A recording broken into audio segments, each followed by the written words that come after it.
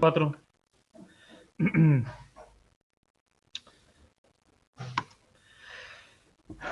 Bueno, última clase para acabar el año, este fantástico 2020. Las dos siguientes clases que quedan las vamos a dedicar, como dijiste, a hacer test y preguntas de examen. Han salido ya ¿Ves cómo salgo yo? ¿Ves cómo salgo yo? ha salido ya la PEC, no sé si la habéis visto, la tenéis en el foro. De todas maneras, vamos a practicar con ejemplos de este capítulo, pero vaya, que la tenéis en el foro. ¿Queréis que entre o ya os espabiláis?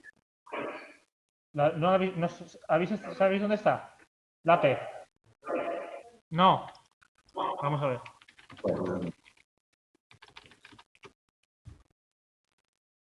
Simplemente es para practicar. ¿Por qué no se me pesa? Es igual, ¿no? No sé qué preguntarlo. Yo qué sé.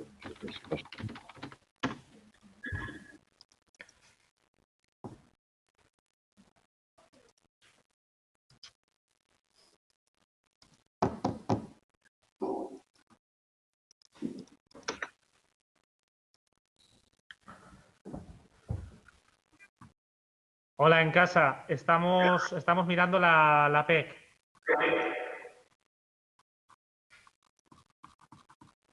A ver dónde está colgada.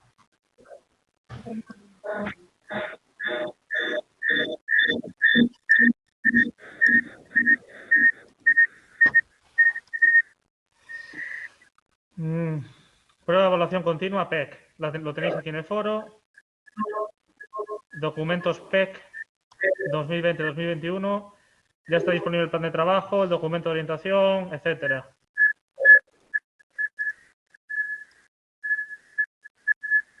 Hay que leerse este artículo.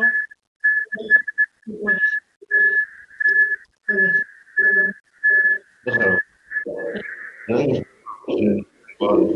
El efecto del acoso psicológico en el trabajo sobre la salud. El papel mediador del conflicto de nada. Y luego contestar las preguntas. Igual, si queréis, podemos dedicar parte de esos 2 días a hacer la PEC. No sé, ¿cómo lo veis? Vale. Pues esos 2 días de enero, yo lo tengo silenciado. Ya me he dado cuenta que se ha detectado un ancho de banda de conexión a Internet insuficiente en alguno de los participantes. Ya me he dado cuenta que hay 2 sesiones de Pontevedra. No sé si imagino que es en TUI.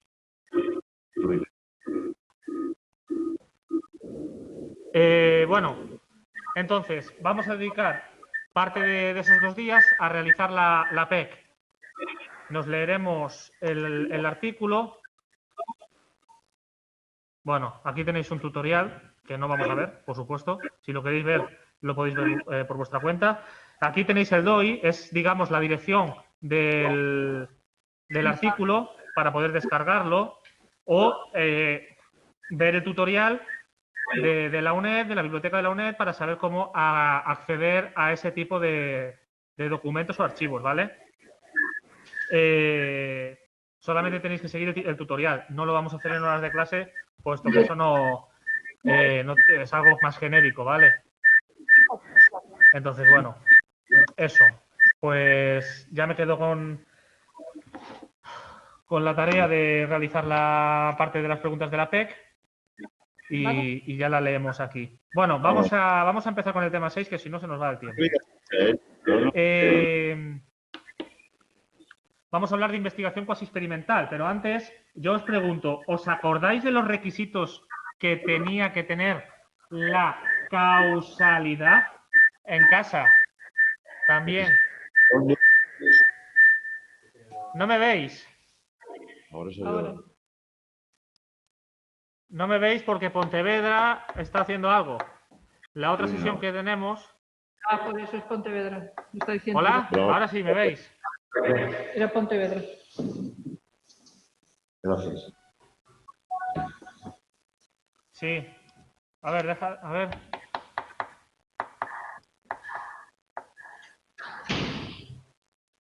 Vale. Vale. Vale.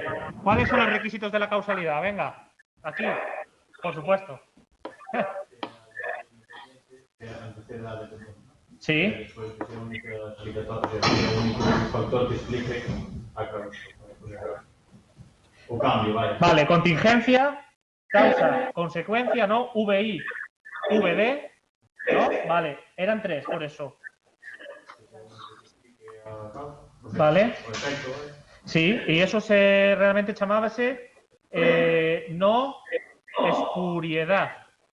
Es una palabra fea, espuriedad. O sea, espurio significa fingido, ¿vale? Es decir, que no atribuimos las causas de la modificación de esa variable dependiente a otras que sean ajenas a la variable independiente, ¿vale? Y luego había otra, que es la que yo os dije, correlación no implica causalidad, pero es importante que covaríen la o sea, la variable independiente y la variable dependiente. Pero yo os dije, cuando llueve es más probable que truene, pero la lluvia no causa los truenos, ¿vale? Es decir, la covariación por sí sola no es causalidad. Claro, ¿y en casa qué? Claro, eso. Vale. Y si os pregunto por qué estaba compuesta la varianza de la variable dependiente, ¿os acordáis? Por dos varianzas.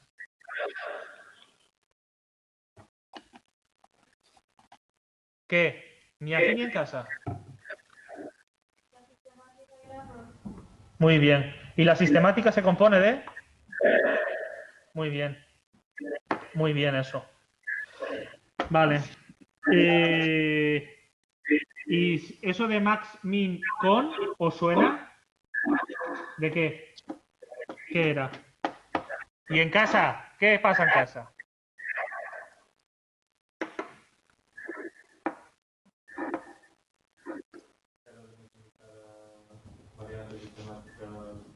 Muy bien. Minimizar la varianza error. Muy bien. Muy bien. Perfecto. Vale. Vale. Si tenéis el libro, cuando comienza el capítulo, tenéis una cita de Pilar Mateo que dice algo así como que la ciencia tiene que salir de los laboratorios para acercarse a las personas. Y es muy interesante, puesto que esta investigación se ha dedicado más al ámbito educativo, al ámbito social, ¿no? Y no tanto al laboratorio. Entonces, bueno, ya os hacéis una idea con esa cita de Pilar Mateo, que es doctora en química, investigadora, por supuesto. Pues bueno, cómo va a ser un poco este tema, ¿no? Lo principal es que os quedéis con que aquí también existe manipulación de la variable independiente, lo que no existe es una asignación aleatoria. Eso es fundamental.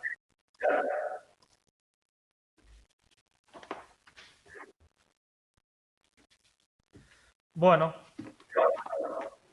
vemos aquí un poco las diferencias entre la cuasi experimental y la experimental. Lo que os decía, en cuanto a validez interna, pues claro, la cuasi experimental se resiente en cuanto no hay esa asignación aleatoria.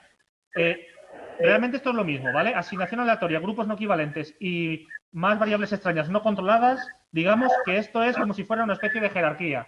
Al no haber asignación aleatoria, los grupos no pueden ser equivalentes y, por lo tanto, existen más variables extrañas no controladas.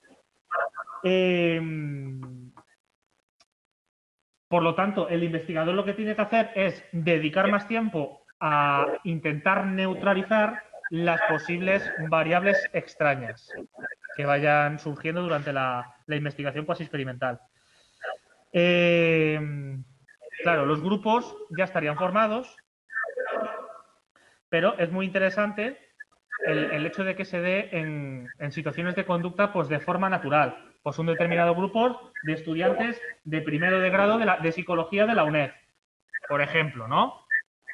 Y eso que hace aumentar la validez externa, eso sí. Dice, el estudio de las amenazas, tanto en los preexperimentales como en los cuasi experimentales, debe hacerse en función del contexto de investigación. Claro, va a depender un poco de lo que vayamos a investigar en cuanto existan posibles, pues bueno, amenazas y haya que neutralizarlas. Por eso dice el contexto.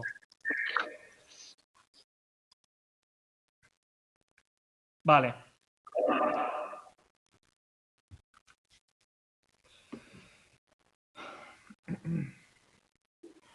Os tenéis que quedar un poquito con estas, bueno, esta manera, estos indicadores, ¿no?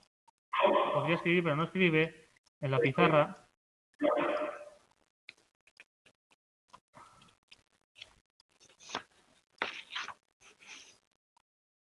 Bueno, esto es antes de ver un poco lo que dice el diseño preexperimental. Este 0, esta O, esta redonda, es una observación. Esta sería la observación sub 1, la X es tratamiento, observación sub 2, observación sub 3, X que parece una media, X con la rayita encima es retirada de tratamiento y observación sub 4, ¿no? Entonces, aquí lo que podríamos ver, por ejemplo, es, en la primera observación establecemos una línea base de cómo está lo que estamos investigando, añadimos un tratamiento con esa X que veis ahí, realizamos dos observaciones sistematizadas, retiramos el tratamiento y realizamos otra observación. Esa última observación normalmente se utiliza para comprobar si, que sería lo lógico, ante la retirada de tratamiento existe un cambio. Debería haberlo. Si estamos aplicando un tratamiento farmacológico y retiramos ese fármaco, es posible que volvamos a un estado inicial, ¿no? Bueno, pues se refiere a un poco el proceso se refiere a esto. Sí. Si un tratamiento, o sea, si son dos grupos levan un placebo, meterías un X como que están tratando con un placebo. Igual. Sería igual. O que pasa que cando facemos grupo control, vale? Sería aquí abaixo. Xa veremos ahora máis adiante, xa verás. Pero sí, sería lo mismo. Bueno, entonces, esto sería un diseño de un solo grupo. Como vemos, no hay otro grupo. Control, que podría ser aquí. Tratamiento, observación.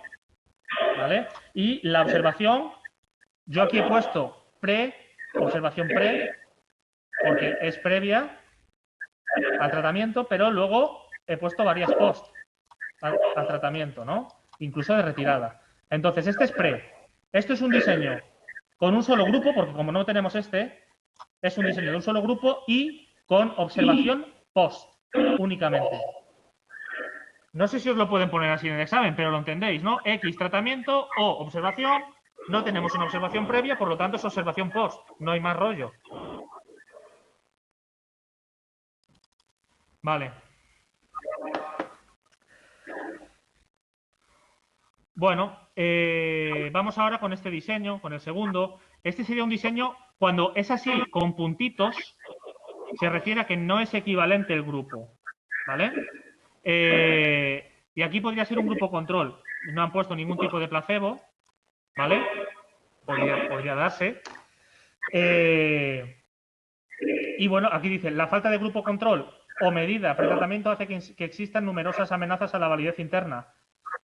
Sigue sin haber una medida pretratamiento, por lo tanto no conocemos cuáles eran la línea base de la que hemos hablado en el tema anterior, no sabemos cuál es la línea base, por lo tanto, si añadimos un tratamiento y observamos, bueno, podemos quizá inferir que se debe a tratamiento, pero bueno, no tenemos la certeza porque no hemos medido la variable dependiente. Uy, no hemos medido la variable dependiente previamente al tratamiento. Es más, no sabemos si realmente el grupo de abajo, por ejemplo, presenta unos valores que podrían ser similares al de arriba sin añadir tratamiento. Es decir, al de abajo, un grupo no equivalente al que no se le ha añadido ningún tratamiento, que no tiene X, esta X no está, ¿vale? No conocemos cuál es su medida de la variable dependiente. Vamos a hacerlo con un poco no tan abstracto. Vamos a ver. Queremos reducir la impulsividad y tenemos dos grupos de escolares de tercero de la ESO. Clase A, que sería esta, y clase B, que sería esta. Como no hemos medido ni en la clase A ni en la clase B los niveles de impulsividad de esos alumnos y alumnas, cuando hagamos el tratamiento de un programa de reducción de la impulsividad y la capacidad de pensar antes de actuar, llámase X, ¿vale? Bueno, luego aplicamos el X medimos el X con ese grupo A, pero es que realmente no sabemos si el grupo B presentaba unos niveles similares al grupo A una vez que ya se ha aplicado el tratamiento. No sé si me estoy explicando.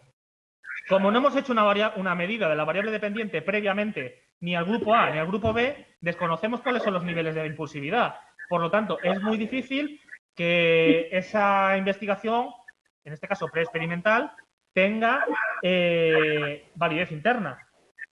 ¿Entendéis eso? ¿O lo explico de otra manera? ¿En casa qué?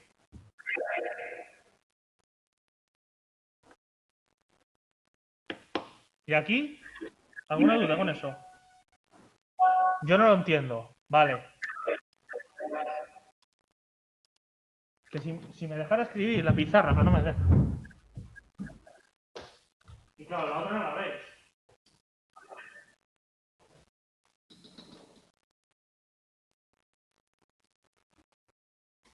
Los demás escriben, los demás tutores. Sí, a mí un día también. Bueno. A ver, vamos a ver. Ya que no escribo voy a pintar aquí. Déjame borrar.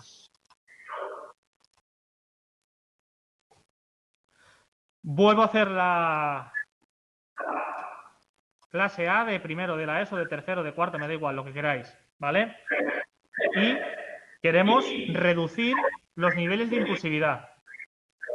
Como no tenemos ninguna medida previa, una línea base, que podría ser aquí, de esos niveles de impulsividad, estamos aplicando un tratamiento, vamos a llamarlo programa de control de impulsos y capacidad de pensar antes de actuar. Luego lo que hacemos es medir ese programa. ¿Cómo ha sido? Una medida post. Ya está. No hay nada más. No hacemos nada más. ¿Qué pasa? ¿Qué os digo yo? Os digo, ostras, es que en el grupo control, en el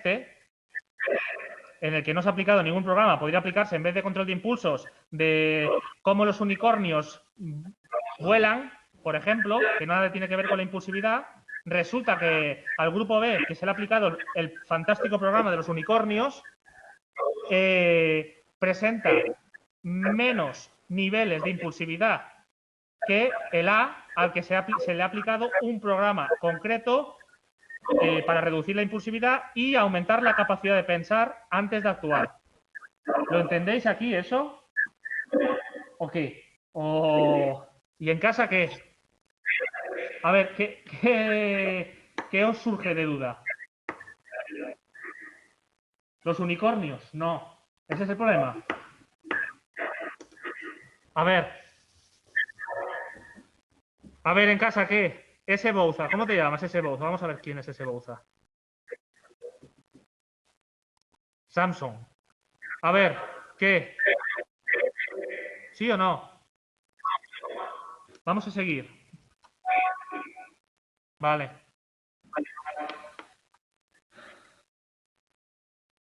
Bien, luego tenemos aquí sí. En el último ya tenemos una observación pretest, una observación post-test y un tratamiento.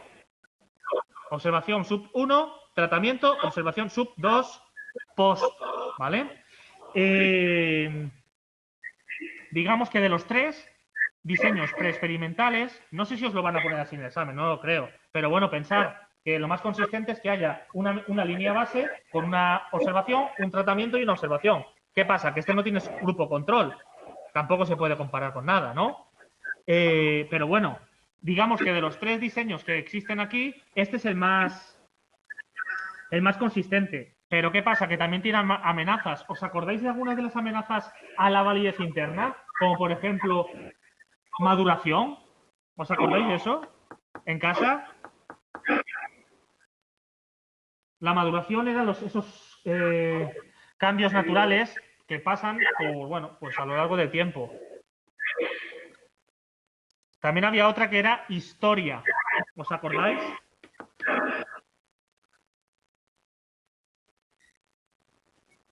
Era también una amenaza a esa validez, ¿no? Que está relacionado con situaciones, actos, eventos que pueden pasar a nivel externo de esa persona.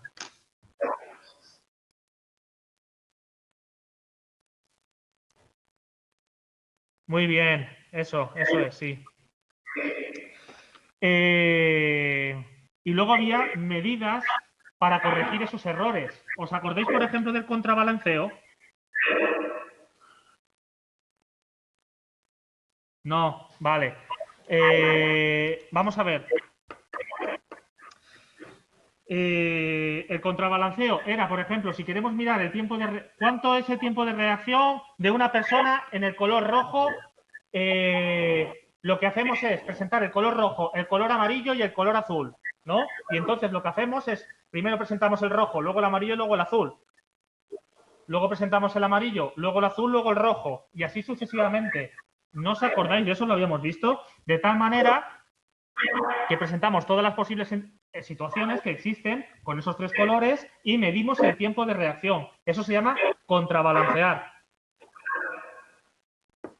Bueno, estos diseños preexperimentales, quedaros, que no permiten relación causal.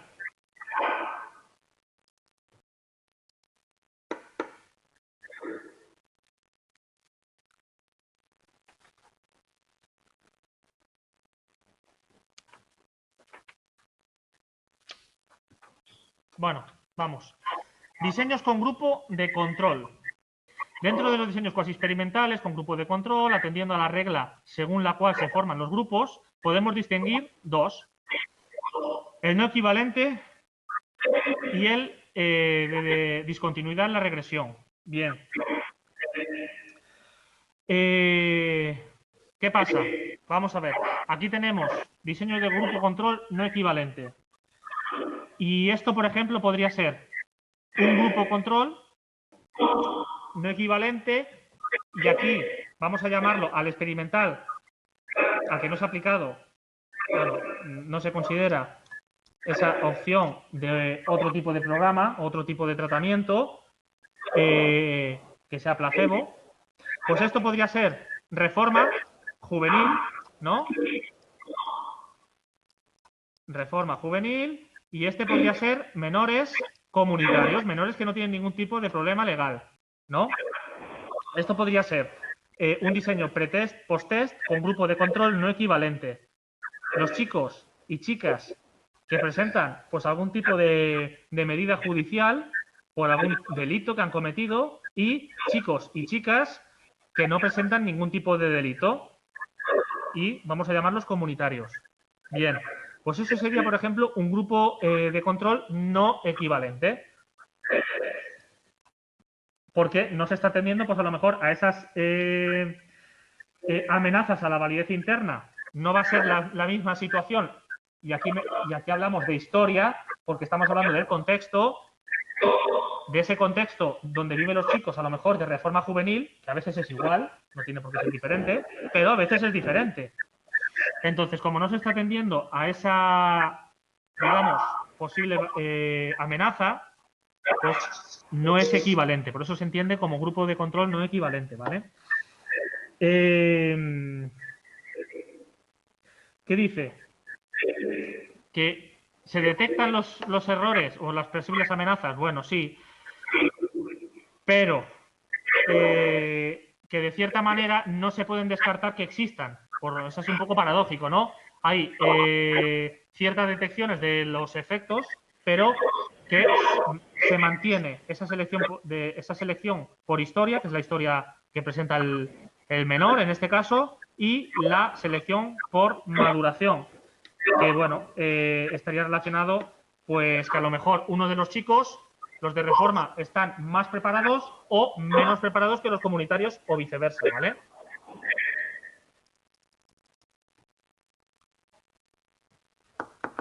¿Qué más?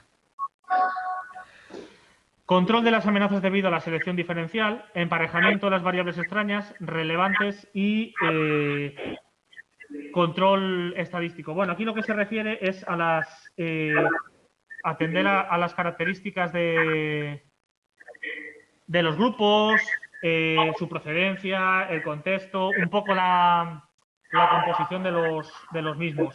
Es decir, lo que se busca es que sean lo más parecidos posible dentro de la no equivalencia. ¿Qué más? Os voy a leer un ejemplo.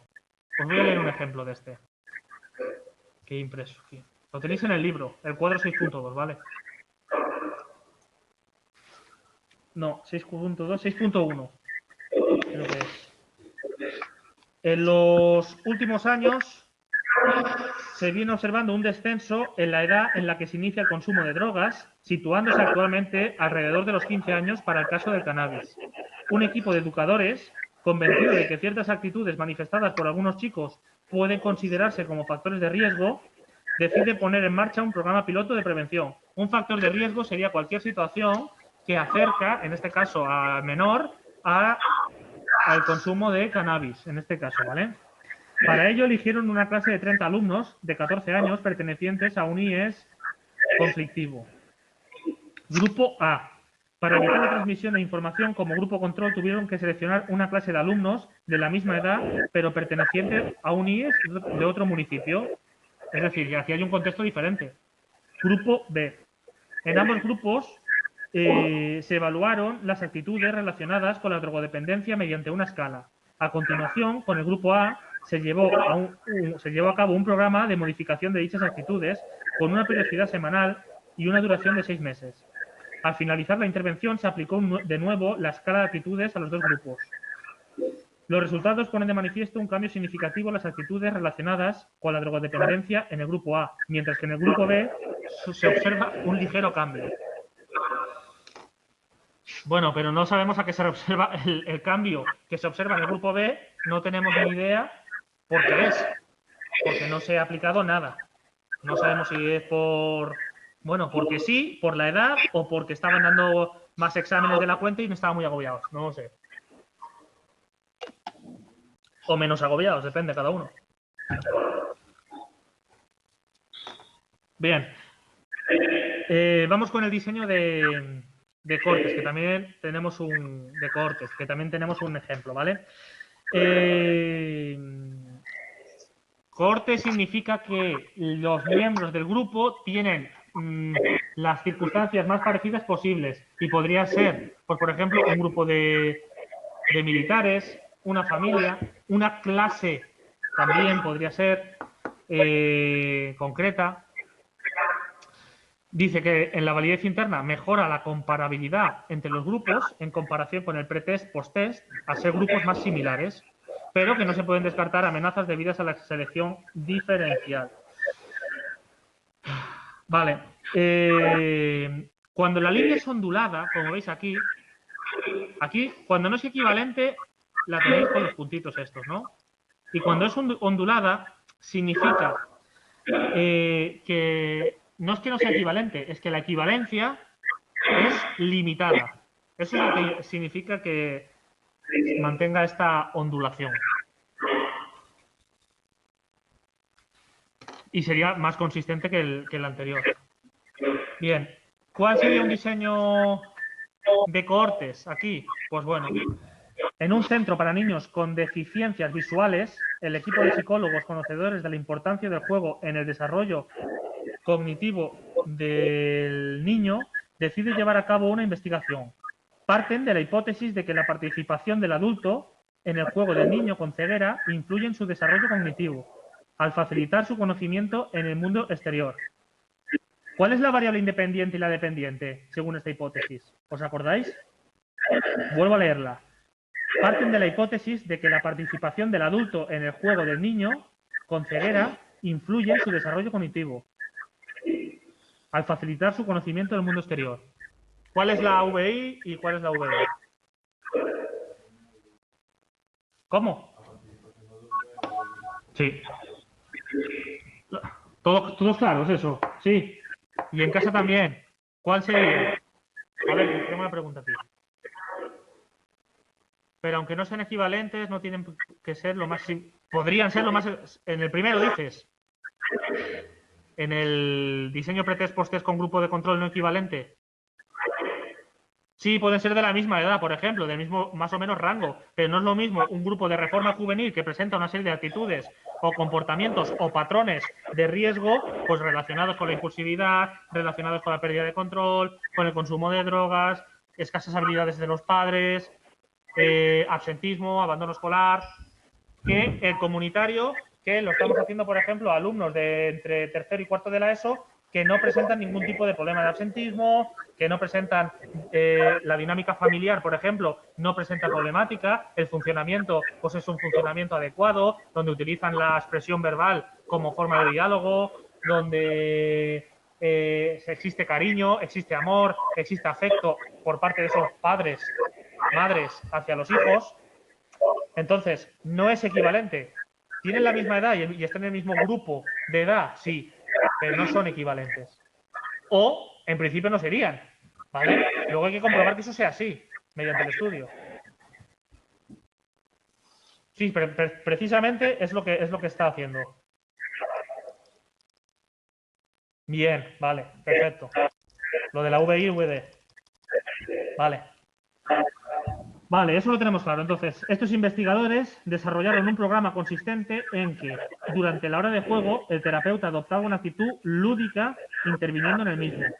Durante un curso académico participaron en este programa todos los niños del centro con ceguera total y edades comprendidas entre los 5 y 6 años. Al finalizar el curso se les aplicó una escala para determinar el nivel de desarrollo y capacidad intelectual. Las puntuaciones obtenidas se compararon con las de los niños de las mismas edades y grado de deficiencia visual, pertenecientes al curso académico anterior. Los resultados encontrados fueron que el nivel de desarrollo alcanzado por los niños que siguieron el programa de participación del adulto en el juego fue algo superior al alcanzado por los niños que no lo consiguieron. Bueno, como veis aquí, lo que se hace es comparar precisamente el tratamiento de un grupo con el tratamiento, o sea, con el no tratamiento del año anterior. Perdón, sí que siguieron el programa, pero fueron el año anterior. ¿Qué pasa? Que al ser el año anterior, las circunstancias, esa historia de maduración, esas limitaciones que se pueden presentar en la validez interna son distintas a lo mejor. Por eso presenta las limitaciones el diseño de cohortes. Pero fijaros, cuando es cohorte es que se refiere al mismo, un grupo muy concreto. Pues ellos decían, pues militares, pues aquí nos habla de una clase de niños con deficiencia visual o con problemas de visión, vaya. Y la cámara está parada.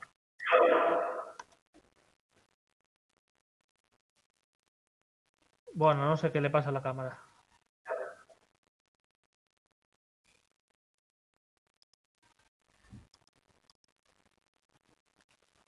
Me escucháis bien, por eso. No me veis, pero me escucháis.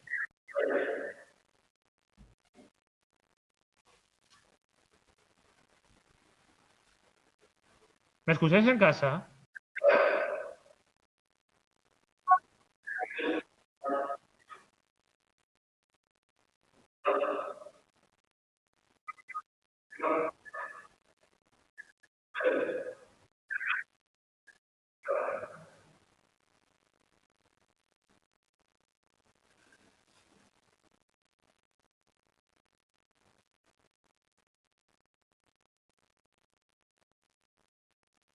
No, me seguís sin ver, ¿no?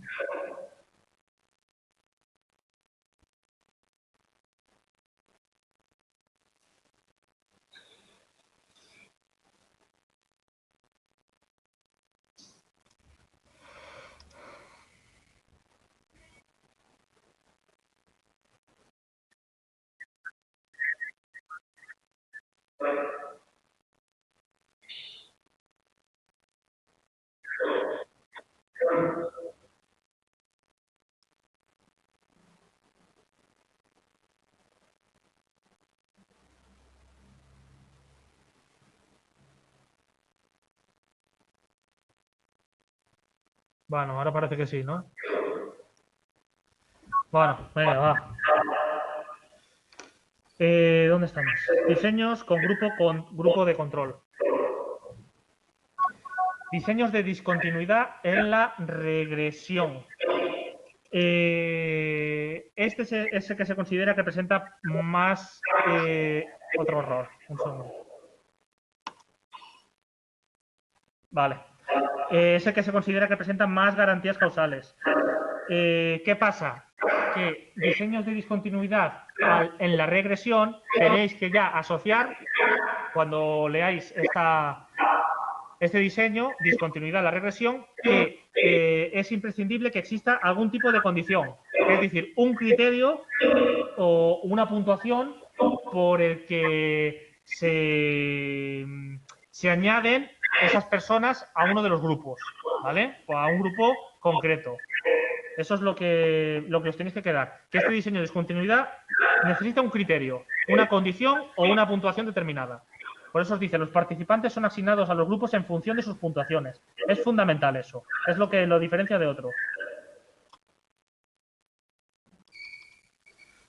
Bien, y es el que presenta, dentro de los que estamos viendo ahora, el que presenta más consistencia. Precisamente no presenta una consistencia completa por el hecho de que estamos asignando a los participantes con una condición que nos hemos marcado en función de la investigación que queramos realizar, ¿no? Entonces, esa falta de lo que hablábamos al principio, de aleatorizar el grupo, ya nos está dando una posible amenaza de no equivalencia.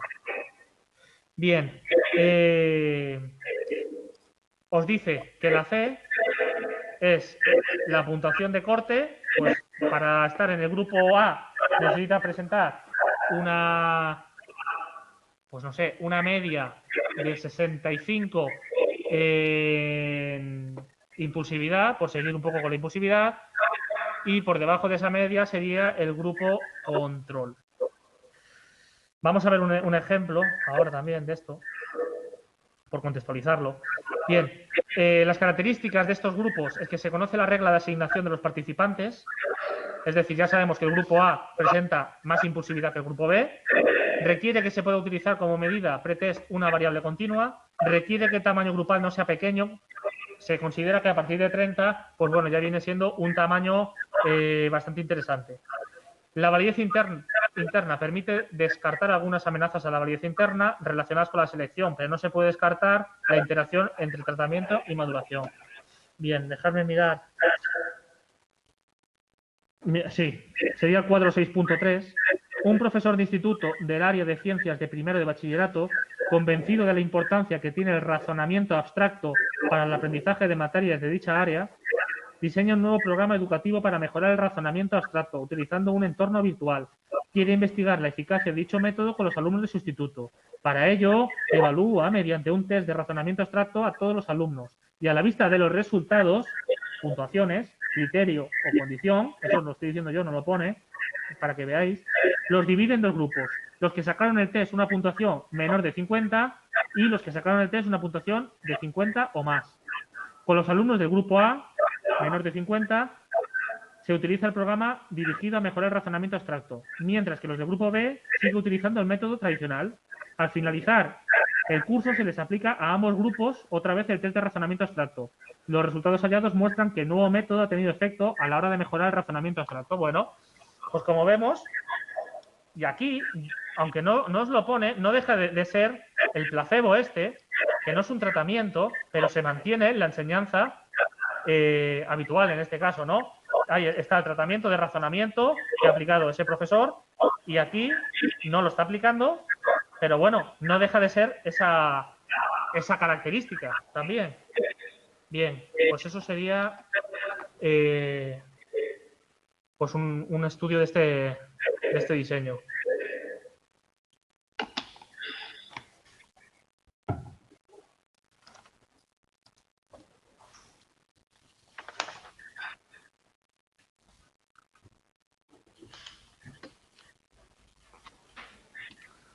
A ver, diseño de retirada de tratamiento con pretest y post-test. ¿Os acordáis de los diseños experimentales intragrupo, en el que el mismo grupo pasaba por todas las condiciones? Bueno, pues este es parecido a ese. Este sería parecido, con la salvedad de que aquí no se utiliza técnica de control como por ejemplo el contrabalanceo, de que pasaran por todas las características, acordaros, rojo, azul, amarillo, ¿no? Os he dicho antes. Mirad, aquí tenéis uno como parecido a lo que decía antes. Observamos, pretest, aplicamos tratamiento, observamos otra vez, sub 2, observamos, retiramos tratamiento y observamos. Claro, dice, vamos a ver, requiere amplios tamaños muestrales y medidas con alta fiabilidad, es decir, a partir de 30, solo se puede aplicar este diseño si el efecto de tratamiento es reversible. La retirada del tratamiento puede plantear problemas éticos, eso siempre. La retirada del tratamiento siempre puede plantear problemas éticos. Puede producirse gran pérdida de participantes y las medidas deben hacerse a intervalos regulares del tiempo. Es decir, estas OS hay que sistematizarlas. No puede ser como os dé la gana, ¿no? Hay que realizar en ese diseño de investigación cuándo y por qué. Vamos a hacer las observaciones y cuáles son los intervalos. Dice, es interpretable si la primera observación difiere de la segunda, la tercera de la cuarta, etc. Vamos a ver. A ver, voy a intentar hacer una especie aquí de eje con el ratón.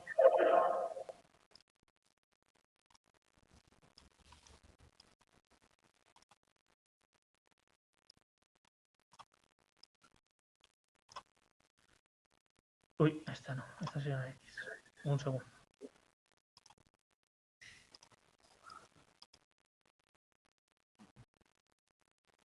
No, no, está bien.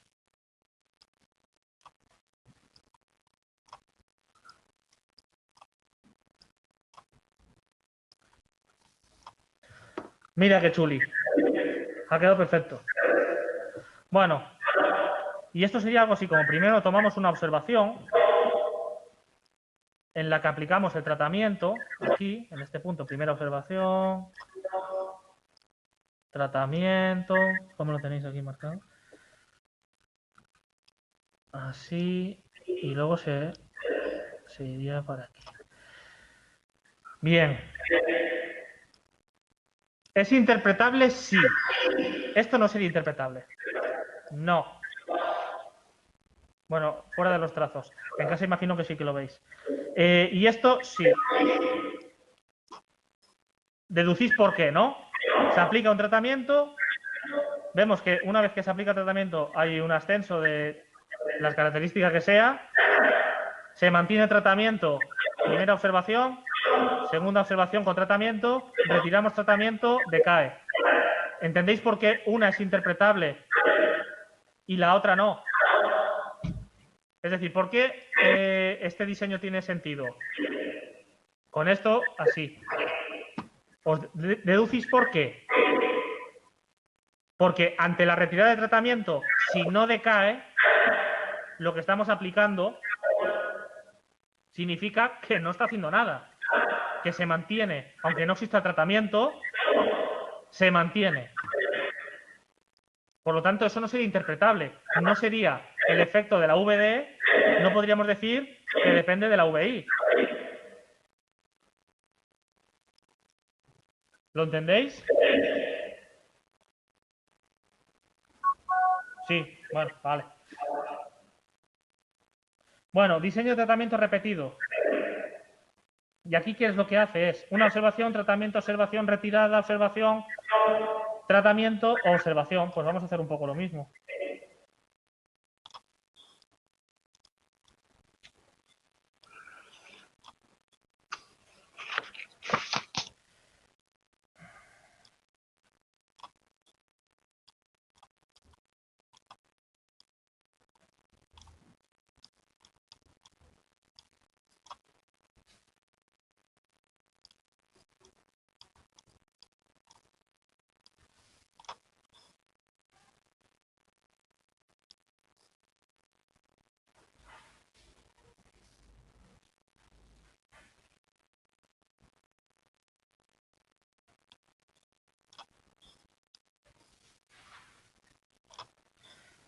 Bueno, esto queda como un churro, pero buen churro, ¿eh?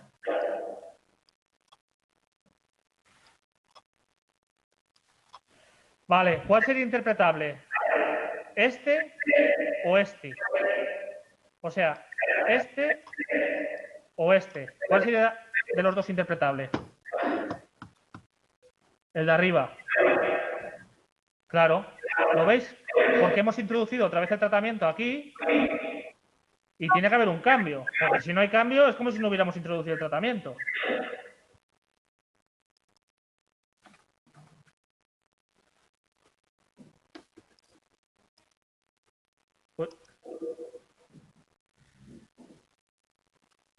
Vamos a leer un ejemplo de retirada de tratamiento con pretest y posttest, antes de ver esto. 464. El director de una empresa farmacéutica está preocupado por el nivel de estrés que presentan sus empleados. Tras haberlo consultado con un psicólogo, decide organizar sesiones de risoterapia para lograr reducir el nivel de estrés y mejorar el rendimiento de los trabajadores. La risa y el buen humor son emociones positivas que parecen ser herramientas efectivas para mejorar la salud y el nivel de estrés de las personas. A las 25 personas que forman la plantilla laboral de la empresa se les aplica un cuestionario de medida del nivel de estrés y se organizan 4 sesiones de risoterapia. Los jueves en la hora de descanso en los que participan todos. El cuarto jueves se vuelve a tomar una medida del nivel de estrés, viendo el efecto positivo de las sesiones. Se prolonga durante un mes más y se registra el nivel de estrés. Posteriormente se abandona esta actividad, la de la risoterapia, y se vuelven a las actividades normales en la hora del descanso. Transcurrido un mes, después de no llevar a cabo las sesiones, se registra de nuevo el nivel de estrés. Los resultados mostraron una disminución del nivel de estrés en los meses que se realizaron las sesiones y un aumento en el mes que no hubo sesiones. La decisión del director a raíz de estos resultados fue incorporar el jueves, un jueves al mes, la sesión de risoterapia. Bueno, ojalá eso se diera en las empresas más a menudo. Bueno, pues aquí lo tenéis. Al aplicarse el tratamiento, vemos que se mantiene, lo dejamos el tratamiento y desciende, ¿no? O aumenta en este caso el nivel de estrés, o el buen rollo, lo que lo quieran llamar.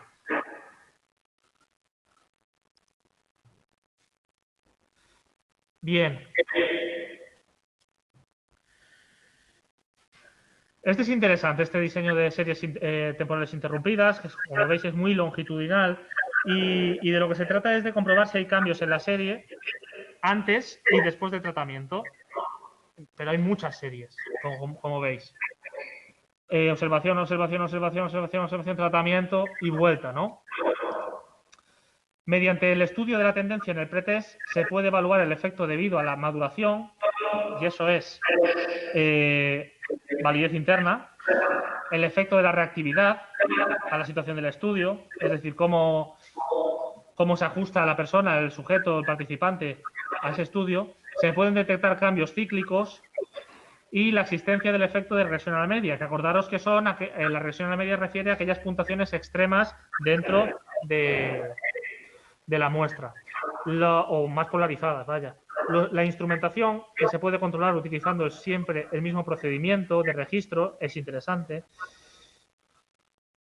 La historia es la principal amenaza. Cuando no se puede añadir un grupo de control, es aconsejable acortar los intervalos. Claro, porque van a pasar cosas en esa historia, porque es mucho tiempo, ¿no? No sé, a ver si tengo otro ejemplo de esto. Sí. En el marco del Plan Regional sobre Drogas de la Comunidad Autónoma de Madrid, se están llevando a cabo programas asistenciales cuyo objetivo general es atender las necesidades médicas, sociales y psicológicas de las personas adictas a la heroína. Se sabe que el consumo diario de metadona permite mantener el nivel de opiáceos en sangre de forma estable y ajustando las dosis a cada caso se impide el síndrome de abstinencia, lo que conlleva una serie de ventajas a nivel social, familiar y personal. A partir de estos datos, se propone una investigación consistente en poner en marcha un programa de administración de metadona a consumidores de opiáceos. con el objetivo, entre otros, de mejorar su calidad de vida. En la investigación participan personas adictas a la heroína que acuden a un centro de dispensación de metadona. A estos pacientes se les hace acudir una vez a la semana a una entrevista con el psicólogo, a quien, os fijáis, ¿no? A nivel de género, nunca dice la psicóloga, siempre dicen el psicólogo, muy llamativo, ¿eh? Que en el 2020, cuando redactan esto, no mantengan una perspectiva de género. A estos pacientes se les hace acudir una vez a la semana a una entrevista con el psicólogo, a quien le tendrán que entregar un autoinforme elaborado a tal efecto, en el que se evalúa la calidad de vida de los participantes. Después de 7 semanas, acudiendo a la entrevista y elaborando el autoinforme, se comienza el programa de administración de metadona y durante otras 7 semanas se sigue evaluando la calidad de vida de los participantes. Bueno, pues aquí hay 5 semanas, pongamos el caso, 5 semanas, se empieza con la metadona y otras 5 semanas vamos a ver cuál es la calidad de vida post-metadona, pre-metadona. Pues sería eso. Vale. Vamos ahora con el diseño de series temporales interrumpidas con grupo control no equivalente. Bueno, es lo mismo, como veis. ¿Qué pasa? Que aquí existe un mayor control sobre la historia. Sin embargo, puede verse afectado por la historia local de cada uno de los sujetos. Permite evaluar los efectos de maduración en los instrumentos que se realizan, la repetición de pruebas y las puntuaciones, pues esas más dicotomizadas con regresión a la media. Y vamos a ver para que no sea tan abstracto. La emisión de series de televisión que se refieren a una profesión determinada, pues series de médicos, de deportistas, de policías, etcétera, en las que se muestran los problemas y formas de vivir de esos profesionales, parece ser que influye en los adolescentes en cuanto a la elección de sus estudios. Bueno, eso está claro, ¿no? Es una especie de modelado conductual. El gobierno de una comunidad autónoma quiere promocionar los estudios de hostelería para potenciar el turismo de esta forma.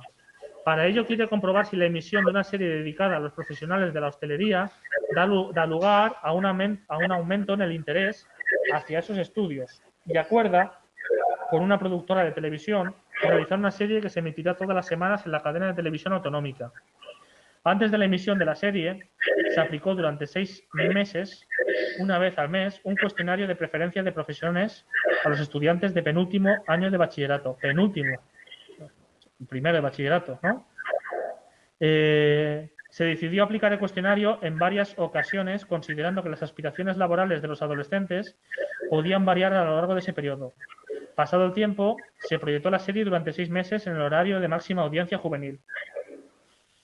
Durante los 6 meses de programación de la serie, en una comunidad autónoma se proyecta esa serie, en la otra no, ¿vale?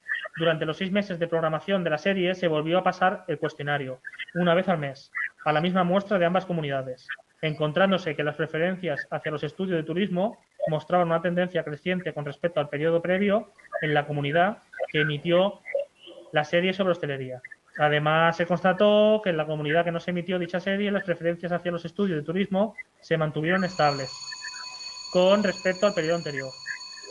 Como información complementaria, se comprobó que los centros de la comunidad autónoma que participó en el proyecto aumentó el número de matrículas relacionadas con la hostelería en comparación con los de años anteriores. Bien, esto no permite permite inferir causalidad, pero no podemos decir que sea causa el hecho de haber aplicado pues este tipo de serie, este tipo de programa a través de una serie de televisión en una de las comunidades autónomas, porque, como hablábamos al principio, las características para que exista la causalidad es la contingencia, la no espuriedad y la covariación de la variable independiente y la variable dependiente. Tienen que existir las tres. Aquí existiría una correlación, seguro, que sería, pues, a mayor visualizaciones, en este caso, posiblemente de la serie relacionada con la hostelería, turismo y tal, pues mayor número de matrículas. Bien. Finalizamos aquí este tema ya. ¿Alguna cuestión? ¿Algo que queréis comentar? ¿En casa?